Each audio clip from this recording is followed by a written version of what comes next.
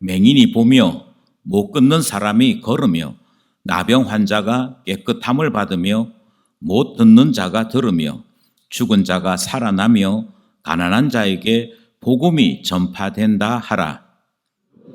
나로 말미암아 실족하리 아니하는 자는 복이 있도다 하시니라. 아멘. 우리는 10장에 있는 제자들을 세우신 말씀을 지나서 오늘 본문인 11장에 도착하게 됩니다. 11장에 있는 이야기는 세례 요한의 이야기가 중심이 되지요. 그런데 이 세례 요한의 이야기는 앞부분에 있었던 제자 세우신 이야기와 연속이 됩니다. 다르게 말씀드리면 예수님께서 12 제자들을 세우시고 그들에게 전도하라 하셨는데요.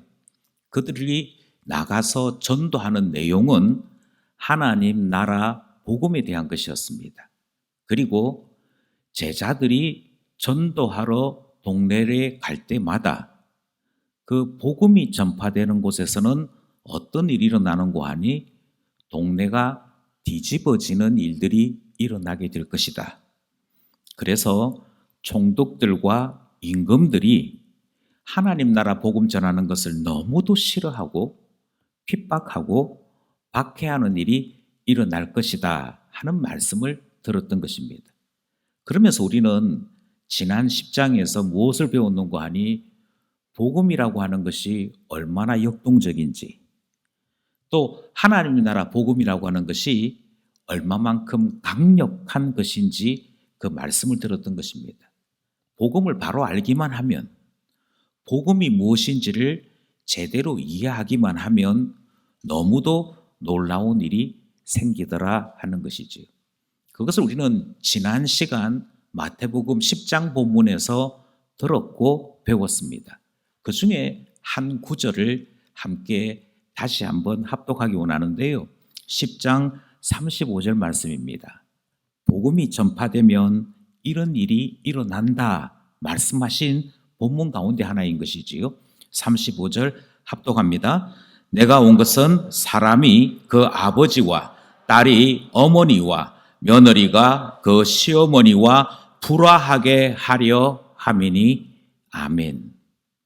복음이 전파되면 그 전파되는 곳에서는 복음을 받아들인 사람과 복음을 아직 받아들이지 못한 사람 사이에 충돌이 있다, 불화가 있다, 싸움이 있다 이렇게 말씀을 하셨고, 이 모든 불화의 핵심에는 무엇이 있느냐면 바로 복음이 있습니다. 그리고 이 복음이 무엇이냐라고 하는 것을 조금 더 자세하게 말씀드리면 복음은 예수 그리스도를 나의 주, 나의 하나님으로 영접하는 것입니다. 예수 그리스도가 나 안에서, 우리 안에서 주가 되고 하나님이 되실 때 세상에 속해 있던 모든 것들을 버리고 예수 그리스도께서 친히 세우시는 그의 나라를 소원하는 삶으로 바뀌게 되는 것이지요. 그래서 복음은 대단한 것입니다.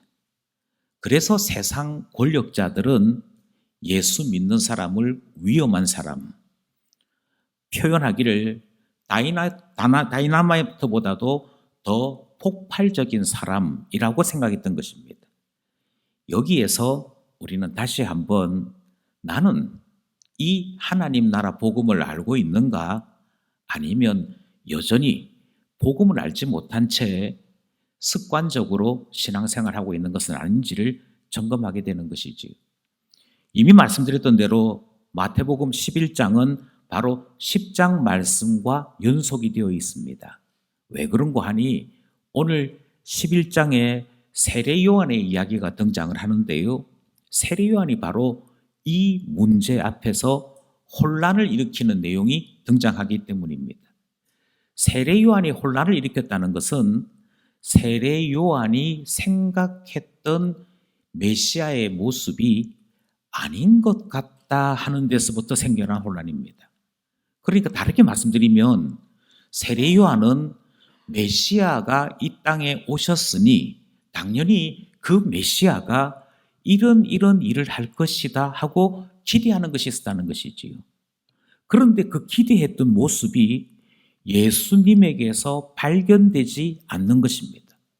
그 내용이 1장에서부터 다시 시작이 됩니다. 1절 말씀 함께 합독하겠습니다. 시작.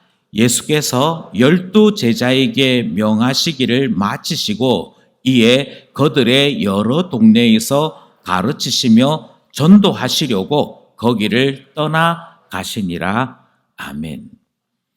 예수님께서 12제자들에게 명령하셨을 뿐만 아니라 그 12제자들을 데리시고 친히 하나님 나라 복음을 전하는 일을 행하신 것입니다. 그리고 이 이야기는 모든 예수님의 행적과 예수님께서 하신 이야기들이 세례 요한의 귀에 전달되었던 것입니다. 여기서 혼란이 생기는 것이죠. 이미 말씀드린 대로 세례 요한은 메시아가 오셨으니 당연히 그 메시아이신 그리스도이신 예수님이 이러한 일을 할 것이다 하는 기대가 있었다는 것입니다. 그런데 들려오는 소문마다 예수님이 하시는 일은 제자들 불러 모으시고 가르치신다는 거예요. 예수님께서 하시는 일이 책망하시는 것도 아니요, 군대를 모으는 것도 아니요, 예수님께서 하시는 제1사역이 가르치시는 일, 그리고 그 가르친 대로 제자들을 통하여 전도하시는 일을 하시더라. 이 소문을 듣게 되었을 때 세례 요한에게 혼란이 생긴 것입니다. 그리고 이 혼란을 겪은 세례 요한은 자기 자신이 겪고 있는 이 혼란에 대해서 예수님께 질문을 하려고 했던 것이지요. 왜 그 정도의 일이 생겼는고 하니 내가 알고 있는 메시아의 모습과 예수님이 지금 보여주시는 메시아의 모습은 너무도 달랐더라는 것입니다. 그래서 2절 말씀해 보니까 세례 요한이 감옥에 갇혀 있으면서도 사람들을 통하여 질문하는 내용이 등장합니다. 다른 사람도 아니고 자기에게 수족과도 같은 제자들을 보내는 일이 생긴 것이지요. 2절 말씀, 3절 말씀 함께 합독합니다. 시작. 요한이 옥에서 그리스도께서 하신 일을 듣고 제자들을 보내어 예수께 여짜오되 오실 그이가 당신이오니까 우리가 다른 일을 기다리오리이까. 세례 요한의 말을 곰곰이 들어보십시오. 세례 요한은 예수님이 오셨는데 심지어 세례 요한은 성령께서 영적인 눈을 뜨게 하심으로 예수님께서 세례받으러 오실 때 그 위에, 예수님 머리 위에 성령이 비둘기같이 임하는 것을 보았고 그것을 보면서 이분이 세상 죄를 짊어지시기 위해 이 땅에 오신 메시아, 곧 그리스도시구나. 이분이 바로 세상 모든 죄를 짊어지고 가시는 하나님의 어린 양이구나 하는 사실을 깨달았습니다. 그때 이미 보았고 확신했습니다. 그래서 세례 요한은 기대했다는 것입니다. 메시아가 드디어 오셨다. 우리에게 기름 부음 받은 자, 곧 영원한 왕이시고 영원한 대제사장이시며 영원히 하나님의 말씀으로 권능을 행하실 선지자가 오셨다. 그러므로 그리스도께서 이미 오셨으니 천국, 하나님의 나라가 도착한 것이고 하나님의 나라가 세워졌으니 이 세상 나라들은 부수어질 것이다. 그래서 하나님의 나라만이 마치 온전히 이 땅에 세워지는 일이 일어날 것이다. 그거 생각했던 것입니다. 다니엘이 예언했던 바와 같이 그 돌 하나가 떠여져서 이 세상 신상들을 부숴버리고 하나님 나라만 우뚝 세워지는 그와 같은 나라가 세워질 것을 기대했던 것이지.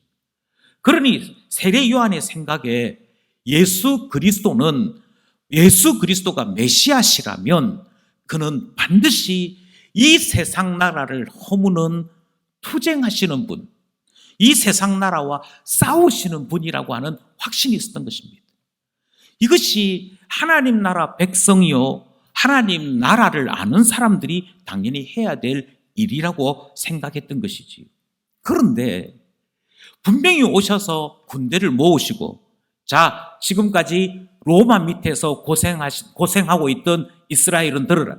지금까지 헤롯 밑에서 고생하던 영적인 이스라엘 사람들은 들으라. 내가 드디어 나라를 세우러 왔다. 그러니 이 죄악에 물든 세상 나라는 부숴버리고, 거짓과 말로 다 할 수 없는 썩어 빠진 이 세상 나라는 무너뜨려버리고, 예수가 왕이 되는 하나님 나라 세우자 하셔야 된다는 것입니다. 예수님께서 언젠가 이제부터 하나님 나라를 세우는 혁명이 시작되었다 하셔야 된다는 것이죠. 그 날만 기다리고 있었습니다. 그 날만 손꼽아 기다리고 있었습니다. 그런데 제자들이 들려주는 이야기는 예수님께서 성경 가르치십니다. 예수님께서 제자들 불러 모으시고 제자들한테 기껏 하시는 말씀이 너희가 박해를 받을 것이야. 너희들이 핍박받을 것이야. 그런데 그때 너희들 때문에 박해하는 것 아니고 나로 인해서 박해받는 것이니까 하나님께 영광을 돌려드려야 돼. 이 이야기를 하십디다. 이것만 들리는 것이지. 내가 생각한 모습이 아닌 것입니다. 그런데 이 말을 하나만 뒤집어서 생각하면 이렇게 됩니다. 내가 만들어 놓은 메시아예요. 내가 기대했던 예수님의 모습이 예수님에게서 발견되지 않더라 하는 말의 정확한 표현은 내가 스스로 만들어 놓은 그리스도, 내가 스스로 만들어 놓은 메시아에 나 자신이 함몰되어 버린 것입니다. 그리고 예수 그리스도가 오셔서 친히 그리스도가 어떤 분이신지를 보여주실 때 내가 생각했던 것과 다르다고 진짜 메시아이신 예수님을 가짜다라고 말하는 희한한 일이 생기는 것이지. 그래서 질문이 이렇습니다. 예수님 정말 그리스도 맞습니까? 성경이 예언했던 메시아 맞습니까? 만약 아니라고 한다면 우리가 장차 오실 메시아를 기다리는 일 계속할 테니 분명하게 말씀해 주십시오. 오실 분이 예수님 맞습니까? 아닙니까? 정확하게 답점해 주십시오. 이렇게 얘기하더라는 것입니다. 이게요, 우리가 자주 겪는 일들입니다. 우리는 우리 스스로 만든 하나님이 있습니다. 우리는 우리 스스로 만든 메시아가 있습니다. 우리는 우리 스스로 만들어 놓은 성령님이 있습니다. 그리고는 어떻게 이해하는 거 아니? 그것을 내 기질에 맞추어서, 내 직성에 맞추어서 하나님은 이런 분이라고 스스로 여기는 것이지. 세례 요한은 우리 모두가 다 아는 것처럼 성격이 직선적이었습니다. 그는 불의에 대하여 참지 않는 사람이었습니다. 그가 옥에 갇히게 됐는데 옥에 갇히게 된 이유도 헤롯 가문이 벌이는 악한 일에 대해 주저하지 아니하고 이 일은 잘못되었다, 이 일은 틀렸다라고 직언했더랬습니다. 그러자 헤롯이 세례 요한을 옥에 가두었습니다. 옥에 가두었지만 세례 요한을 좋아했던 헤롯이 죽이지는 못하고 옥에 가둔 채 그의 목소리가 밖으로 나가지 않도록만 했습니다. 그만큼 세례 요한은 싸우는 일에 주저함이 없었습니다. 내가 투쟁하는 사람이다 보니 예수님도 투쟁하는 분으로 이해했던 것이지요. 아니 예수님의 신발끈 매는 것조차도 감당할 수 없는 미미한 존재인 나도 투쟁하고 있는데 그리스도이신 예수님이, 메시아이신 예수님이 가만히 계시면 어떻게 합니까? 제일 먼저 앞장서서 깃발 들고 나를 따라라 그렇게 하셔야 되는 거 아닙니까? 이 세상 임금이라고 스스로 자부하고 있는 저 헤롯의 목을 치고 이 세상 모든 신자들을 박해하고 있는 적 그리스도와 같은 로마를 무너뜨려 주셔야지. 왜 예수님 가만히 계십니까? 왜 예수님 시골로 다니십니까? 왜 예수님 힘도 없는 12제자 모아놓고 그 12제자들에게서 선생 노릇만 하고 계십니까? 예수님이 혹시 메시아 아니시라면, 아니면 메시아로서의 해야 될 일을 감당 못하겠다 싶으시거든 지금 빨리 이야기하십시오. 이렇게 얘기하더라는 것이죠. 이것이 내가 스스로 만든 메시아가 있을 때의 모습입니다. 내가 스스로 메시아를 만들어 놓고는 메시아는 이렇게 행동해야 돼요. 메시아는 당연히 이렇게 하는 거야. 그런데 내가 기대했던 대로 못할 것 같으면 예수님 보고 메시아직 사표 내십시오 라고 이야기하는 희한한 일이 벌어지더라는 것입니다. 이게 왜 그런 거 아니에요? 나 자신이 우상이 되었기 때문에 그렇습니다. 성경 읽어보십시오. 성경에 그렇게 안 되어 있습니다. 이 말을 해도 귀에 안 들립니다. 아니, 우리가 가지고 있는 교단의 헌법이 그렇게 말 안 합니다. 이렇게 해야 됩니다. 안 들립니다. 무엇을 이야기해도 내가 확신하고 내가 그렇다라고 하는 거기서 움직이질 않습니다. 하나님의 말씀이 그러하다니까요. 이 이야기를 하는데도 그건 잘 모르겠고요. 상식적으로 생각해 봅시다. 이렇게 얘기해요. 그런데 그 상식은 누구에게만 적용되는 상식이냐면 내 가치관, 내 경험, 내가 생각하는 소신에 맞는 그 상식이지 성경이 말씀하시고 진리로 선포하신 것과는 아무 상관이 없습니다. 그리고는 자꾸 내 말이 맞대요.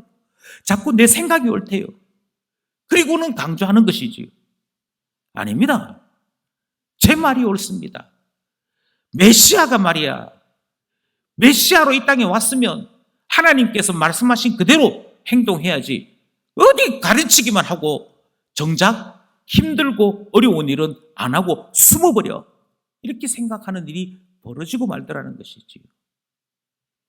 저는 계속해서 말씀드립니다. 이렇게 희한한 일들이 생기는 이유는 무엇이냐? 내가 최고여서 그렇습니다. 심지어 내가 하나님보다 높아서 그렇습니다. 나 자신이 우상이 되고 보니 내 생각은 틀리지 않는 것입니다. 내 판단은 틀리지 않는 것입니다. 내가 생각하고 판단한 것이 무엇보다도 옳아야 된다고 생각하는 그것 때문에 이 땅에 오신 참 그리스도이신 예수님에게마저도 오실 그이가 당신 맞습니까?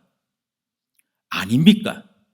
제자 보내어서 질문하는 희한한 일이 생기더라 하는 것입니다. 여러분, 멀리 있지 않습니다. 사실은 아주 가까이 있습니다. 우리는 성경에서 모든 사람들은 부패했다 이런 이야기를 성경을 통해 배웠습니다. 모두가 부패했습니다. 그런데요, 참 희한하게도 어떤 문제 앞에만 딱 서면 부패했다 이 말이 사라지고 맙니다. 제가요, 적어도 저 사람하고는 다릅니다. 자기 자신을 옳다고 주장할 때에는 우리 모두가 부패했다 하는 말을 인정하지 않습니다. 아, 나도 틀릴 수 있구나. 나도 한쪽에 쏠릴 수 있구나. 인정하지 않습니다. 누군가를 비난할 때에도 이 교리는 사라지고 맙니다. 아니, 목사가 그러면 돼요. 목사가 이렇게 행동해야지. 이런 실수는 안 해야지. 이런 잘못은 안 해야지. 그러면 돼요. 라고 이야기합니다. 아니요. 당신도 나도 목사도 성도도 전적으로 타락한 죄인인지라 얼마든지 희한한 일을 할 수 있습니다. 얼마든지 잘못될 수 있습니다. 그것을 나도 인정하고 당신도 인정하기에 주님 앞에 말씀을 통해 자꾸 점검하는 것이고 주님의 말씀을 따라 잘못되었으면 잘못되었다고 고백하며 사는 것이지, 실수하지 아니하고 잘못하지 아니하고 내가 생각했던 대로 모두를 만족시키고 살아간다는 것은 죄인인 우리 자신에 대해 스스로 인정하지 않는 것입니다. 왜냐하면 이미 우상이 되었거든요. 이미 우상이 되어지고 나면 세례 요한이 했던 행동을 그대로 따라합니다. 그리고는 이렇게 얘기하는 것이죠. 내가 알기로, 내가 생각하기로 목사는 이렇게 살아야 되고, 장로는 이렇게 살아야 되고, 목자는 이렇게 행동해야 되고, 그런데 왜 내게 이렇게 해주지 않느냐라는 희한한 말들이 성경보다 위에 주장되기 시작하는 것이죠. 아닙니다. 세례 요한을 통해서 우리는 다시 한번 나 자신이 우상이 되고 있는 것은 아닌지 생각해야 하는 것이지요. 그래서 오늘 본문은 이 세례 요한의 이야기로부터 복음이 무엇인지를 다시 한번 질문하는 것입니다. 예수님께서 하나님 나라 복음이 무엇인지를 다시 말씀하십니다. 잘 알 것 같은 세례 요한마저도, 심지어 예수가 메시아인 것을 알아내었던 그 세례 요한마저도 하나님 나라 복음을 오해하는 일이 생기므로 주님께서 다시 설명하십니다. 우리가 믿는 바 하나님께서 메시아를 보내시는 이유가 무엇이냐 하고 하나님 나라 복음을 설명하는 것이 5절에 등장합니다. 5절 말씀 함께 합독합니다. 시작. 맹인이 보며 못 걷는 사람이 걸으며 나병 환자가 깨끗함을 받으며 못 듣는 자들이 들으며 죽은 자가 살아나며 가난한 자에게 복음이 전파된다 하라. 아멘. 여러분, 예수님께서 메시아에 대해서 오해를 하고 있는 세례 요한에게, 하나님 나라 복음에 대해서 오해하고 있는 세례 요한에게 너가 지금 잘못 알고 있어. 메시아가 와서 어떻게 한다고? 세상 나라와 싸운다고? 전쟁 벌인다고? 군대를 만들고 이 땅에 이스라엘이나 로마 정부와 같이 이 땅에 있는 세상 나라들 속의 나라를 만드는 것이라고? 아니야. 너 잘못 알고 있어. 메시아를 통하여 세우는 하나님 나라는 로마의 황제와 싸우는 나라가 아니야. 이 말을 주님은 하나님 나라 복음이 이 땅에 임하게 되면 어떤 일이 일어나는 줄 아니? 라는 말씀으로 바꾸어 설명하고 있는 것입니다. 이 말씀을 가만히 보시면 제일 먼저 등장하는 것이 맹인에 대한 이야기가 등장합니다. 보지 못하는 사람이지요. 그런데 보지 못하는 자가 보게 된다. 걷지 못하는 자가 걷게 된다. 피부병이 있던 자들이 깨끗함을 받게 된다. 귀가 어두운 자들이 듣게 된다라는 말씀을 하십니다. 이것을 종류는 4가지지만 하나로 이야기하면 질고, 병들고, 약해지고 하는 이 아픔이 주님은 해결된다라고 말씀하십니다. 조금 더 확장을 시키면 씨앗을 뿌렸으나 제대로 열매가 나지 못하여서 땅을 더 많이 파야 되고 땀을 더 많이 흘려야 되는 이 세상 수고에 대한 이야기입니다.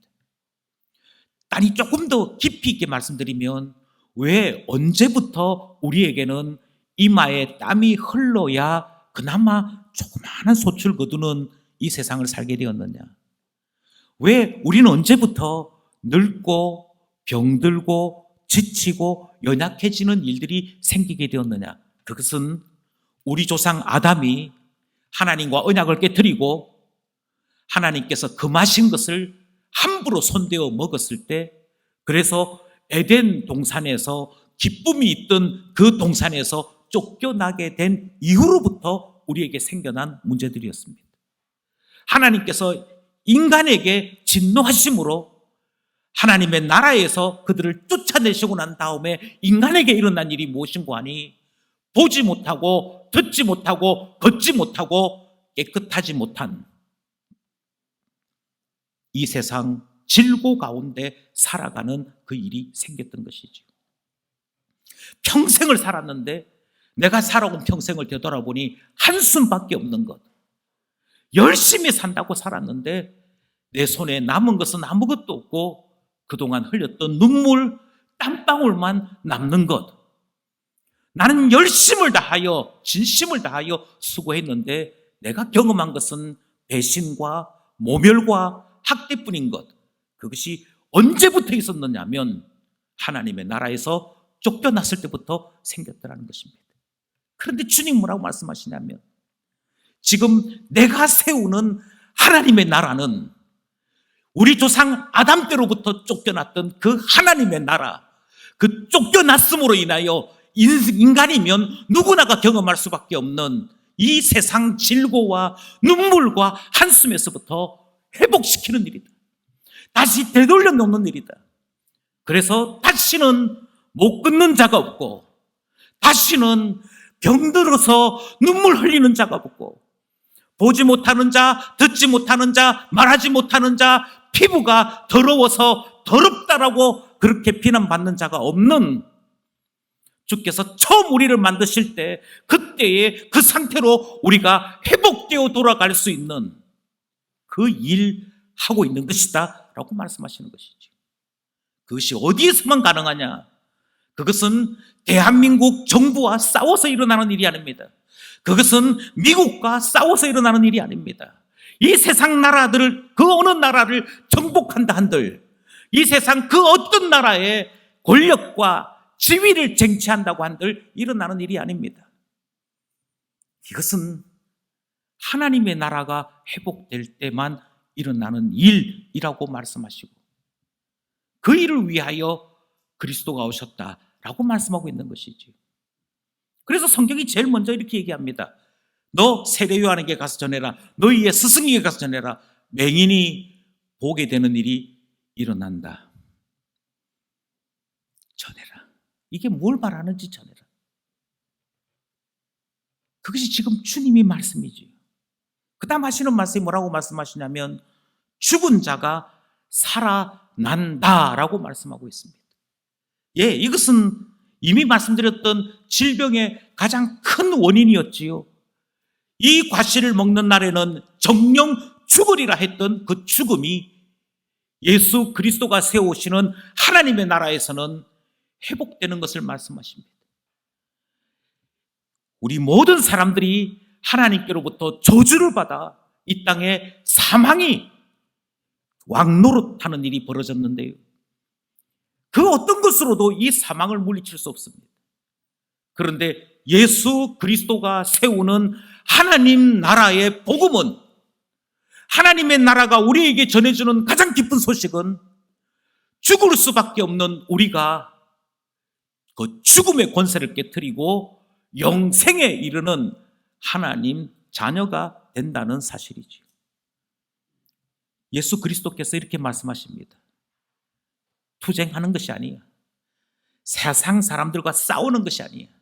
지금 우리가 싸워야 될 것은 악한 영과의 싸움이고 이 세상 권세와의 싸움이고 그리고 영적으로는 죽음과의 싸움이에요. 그래서 죽을 수밖에 없는 우리가 어떻게 죽음의 권세를 깨트리고 우리 주님과 함께 영생에 이르게 될 것인가? 그걸 위해 하나님 나라 복음 전하는 것이고 그것을 위해 예수 그리스도가 오셨다라고 말씀하고 있는 것이죠.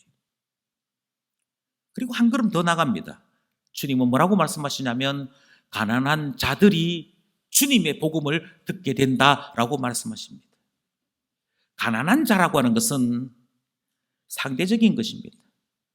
지금까지 문제는 각 개인에게 일어나는 일이었다면, 그 각 개인들 모두에게 일어나는 일이었다면 가난한 자는 사회의 문제입니다. 국가의 문제입니다. 그러나 아무리 해도 가난한 자는 이 세상에 항상 존재하게 되어 있습니다. 근데 주님이 뭐라고 말씀하시냐면 이 세상 어떤 임금도, 이 세상 어떤 권세자도 가난한 자를 해결하지는 못합니다. 그런데 하나님의 나라는 얼마만큼 놀라우냐면 그 사회가, 그 나라가 얼마만큼 대단한지를 이렇게 말씀하십니다. 그 나라에는 가난한 자가 없어.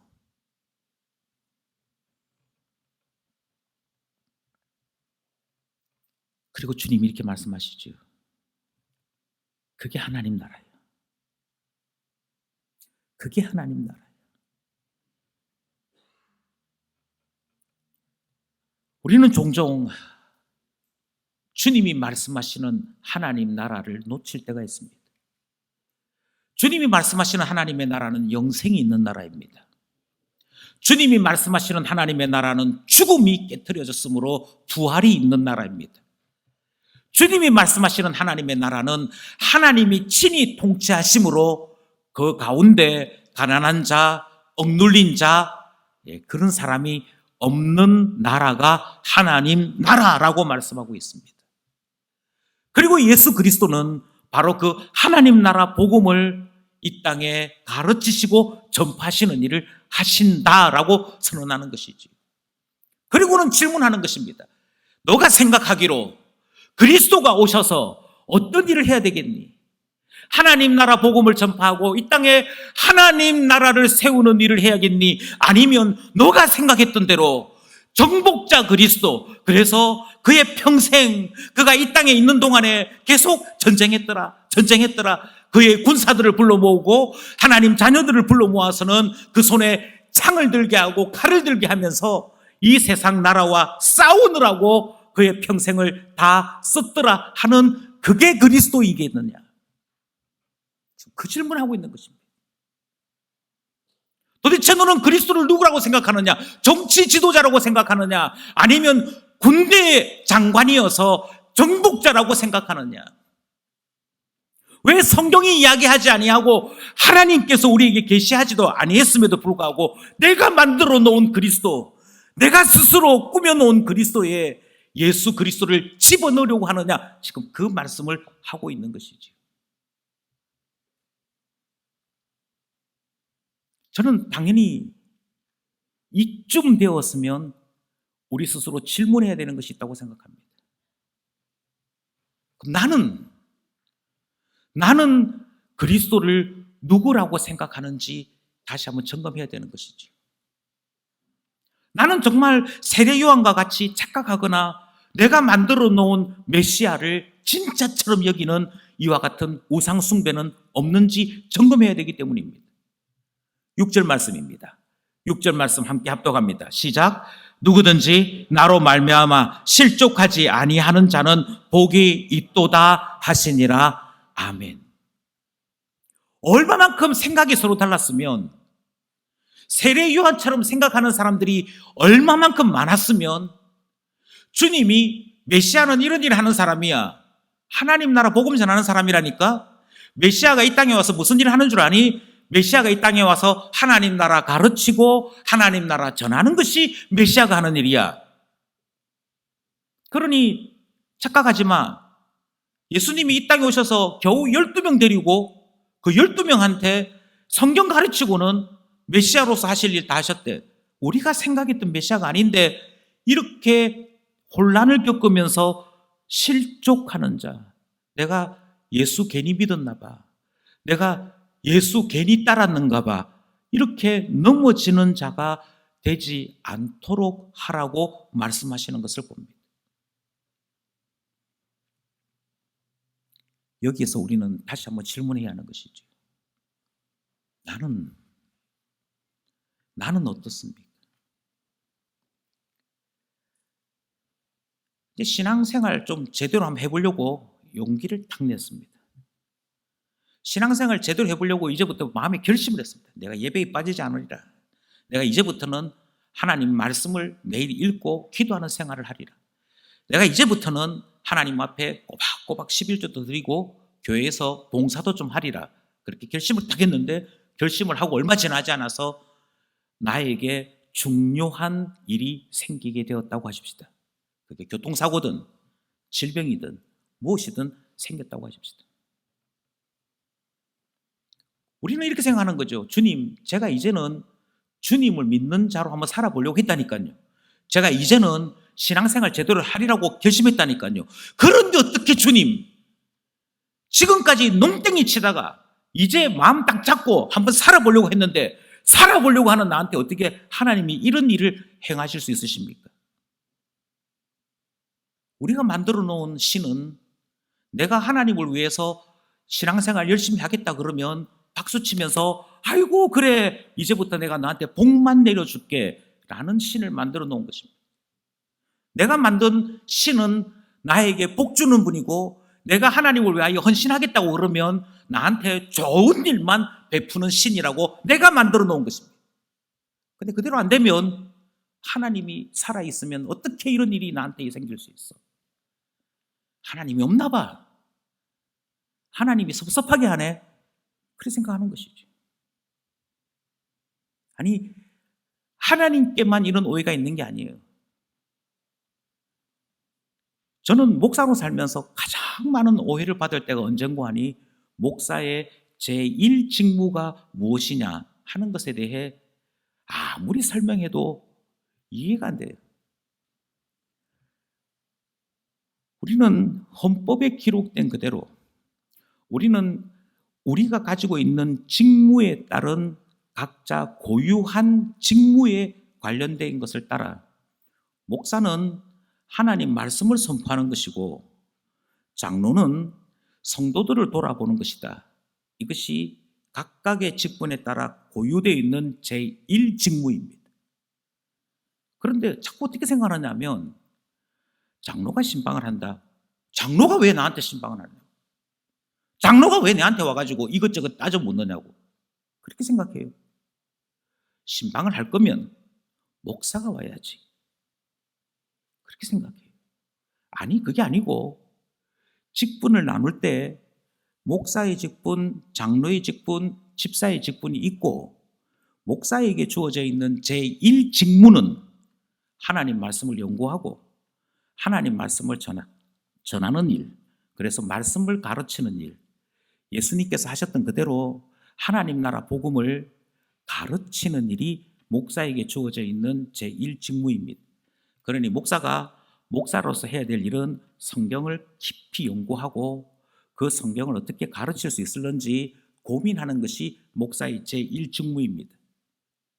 아무리 이야기해도 내가 생각하는 목사의 상이 아닌 거예요. 목사는 어떻게 해야 되냐면 내가 섭섭하거나 내가 힘들거나 내가 어려운 일이 있을 때 알아듣고 아이고 집사님 무슨 일이 생겼다면서요. 제가 집사님 머리 위에 손을 얹고 이마에 땀이 팔팔 나도록 기도해 드릴 테니까 우리 언제 만납시다. 이렇게 기가 막히게 내 사정을 알아내어서 찾아오는 사람이 목사다라고 생각하는 것을 가지고 있는 것이죠. 그게 아닙니다. 나한테 무슨 일이 생기면 장로님께 말씀하십시오. 그리고 그 장로님을 통해서 함께 기도도 하고 또 목사의 기도가 필요하면 그때 요청을 따라 제가 신방하는 것입니다. 이게 질서입니다. 아무리 이야기해도 알아듣지 않습니다. 내 생각이 문제예요. 내가 알고 있는 게 먼저라니까요. 아니 일이 생기면 목자에게 연락하는 겁니다. 일이 생기면 나를 맡고 있는 장로님한테 연락하는 겁니다. 그리고 그분들을 통해서 제가 연락을 받는 것입니다. 이게 질서입니다.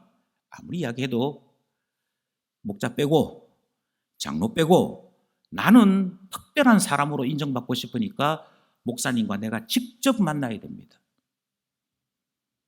이거 아니라니까요.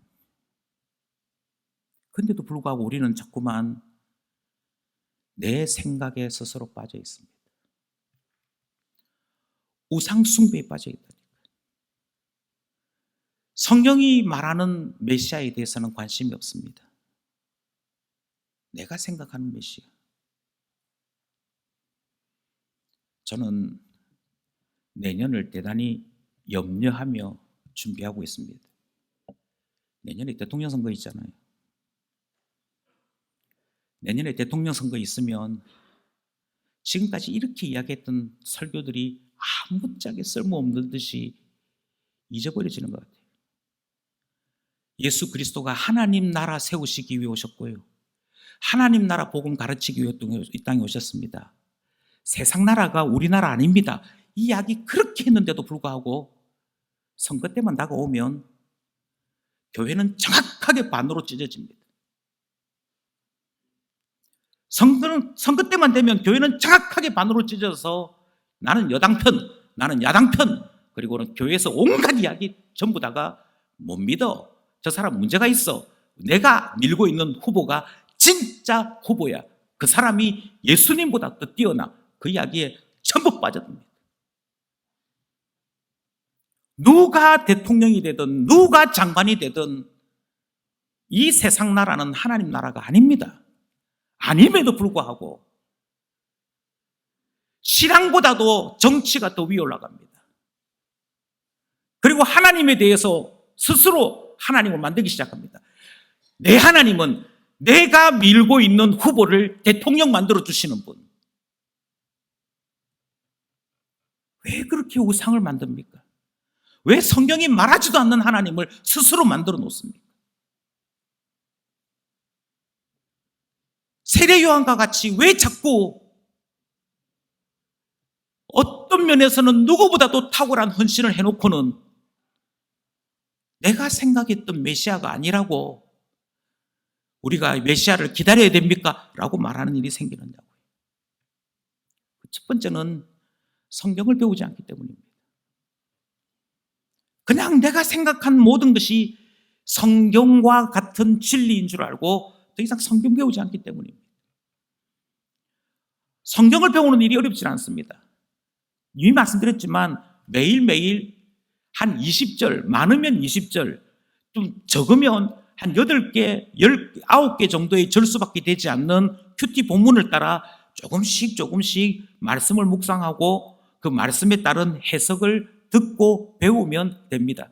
그러면 한 3년, 4년 지나는 사이에 성경을 거의 대부분 매일매일 묵상한 결과를 얻게 됩니다.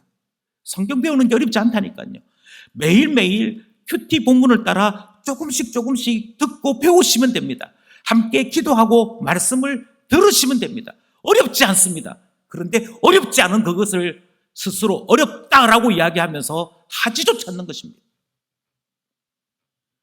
아니, 오죽 답답했으면 큐티 본문을 묵상하고 댓글로 참여하시는 분들이 연말에 상을 주겠다 이 이야기를 하는데도 지금까지 참여한 사람이 56명밖에 되지 않습니다. 단 한 번이라도 글을 적은 사람이 56명밖에 되지 않습니다. 여기에는 아이들도 포함이에요. 다 포함이에요. 그럼 나머지 반쯤 되는 사람들은 다 어디 갔느냐? 한 번도 참여하지 않아요. 한 번도 참여하지 않는 사람들이 있다는 말은 우상 숭배에 빠질 위험을 스스로 조심하지 않는 겁니다. 내가 하나님에 대해서 아는 것 같아도, 내가 하나님의 뜻에 대해서 아는 것 같아도, 하나님 나라 복음을 아는 것 같아도 아니야. 성경을 통해서 매일매일 깊이 묵상하면서 배우지 않으면 나도 세례 요한처럼 내가 만들어 놓은 메시아, 내가 만들어 놓은 하나님에게 빠져서 우상 숭배할 수 있구나. 이것에 대해 조심하지 않는 것이죠. 성경 배우지 않습니다. 아니요, 성경 배우셔야 됩니다. 성경만이 그리스도가 누구인지를 정확하게 알려주기 때문입니다. 아니, 또 다르게 말씀드리면 교리를 배우지 않습니다.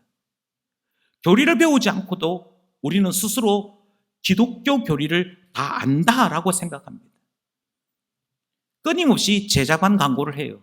제자반에서 이거 가르칩니다. 제자반에서 이렇게 가르칩니다. 시간 만들어내셔야 됩니다. 공부하셔야 됩니다.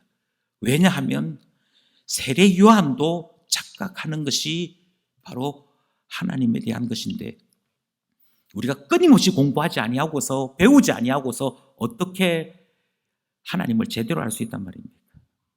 제자만 공부하셔야 돼요. 성경 공부하셔야 되고 교리 공부하셔야 돼요. 그런데 안 하더라고요. 왜 안 하느냐 하면 우리 마음속에는 내가 자세히는 몰라도 대충은 다 안다. 그리고 내가 알고 있는 이 지식이 틀리지 않아. 거의 대부분 옳아라고 스스로 생각하고 있기 때문이죠. 그런데 여러분 다시 한번 성경 보십시오. 예수님께서 이 땅에 오셔서 하셨던 중요한 일이 무엇이냐? 제자 세우셨고요. 그 제자들과 함께 하나님 나라 복음 가르치시는 일을 하셨다라고 되어 있습니다. 그만큼 우리는 하나님에 대해서 잘 모르기 때문에, 그만큼 우리는 신앙에 대해서 잘 모르기 때문에 주님께서 이 일을 하신 것이죠. 그러므로 사랑하는 형제 자매 여러분, 내가 만들어 놓은 메시아에 빠지지 마십시오. 제발 부탁하건대 성경이 말씀하시는, 성경이 우리에게 가르쳐 주시는 예수 그리스도를 볼 수 있기를 원하는 것이고요. 그 예수 그리스도를 나의 주, 나의 하나님으로 영접하는 것이 구원입니다. 그것이 참으로 생명 얻는 일이고 하나님 나라 복음에 들어가는 일이 되기 때문인 것이지. 그러므로 이 말씀을 통하여 다시 한번 권면합니다. 스스로 만들어 놓은 메시아가 있거든 부수십시오. 하나님 말씀 제대로 배우시고 하나님 말씀을 따라 제대로 훈련을 받아 예수 그리스도만 나의 주, 나의 하나님으로 고백하며 참 구원에 이르는 우리 모두 될 수 있기를 원합니다. 이 은혜가 우리 모두에게 있어 하나님 만나는 그날에 얼굴을 대하는 놀라운 역사이기를 소원합니다. 기도드리겠습니다.